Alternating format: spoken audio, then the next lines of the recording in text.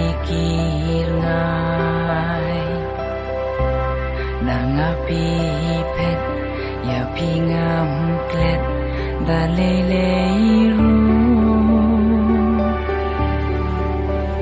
wadna nanga chek ngai pi het jingmot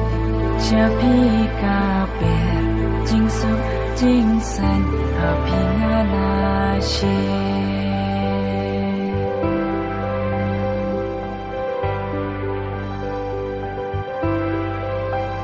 Sashi sin her ngada kuwa balam patukena ngan her biang shaki por bajngai shaki man ka herima Sashi sin her ngada kuwa balam padukena kisai kudi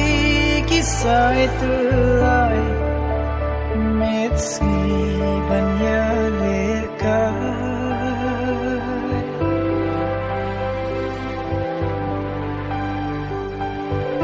Kidin tiêu sao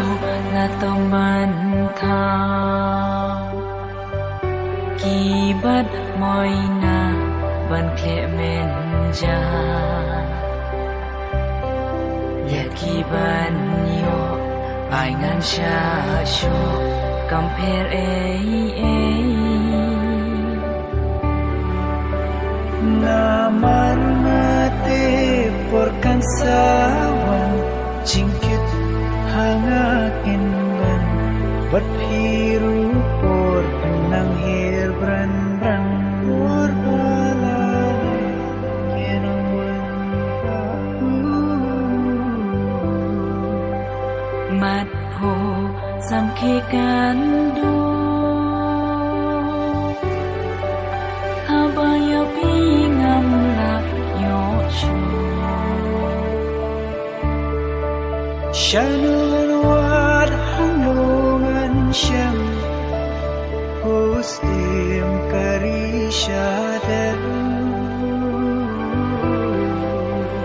Sa shisin hir ngada kuwa Balang patukena Isai kudi isai telai Meets me banya leka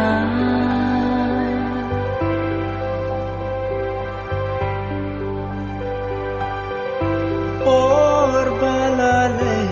kirawan pai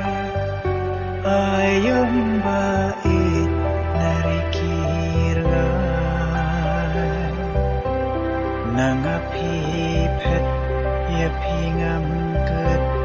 daleleru Wala nanga judge ngai pi het jing mut sha pi ka pe jing sup jing san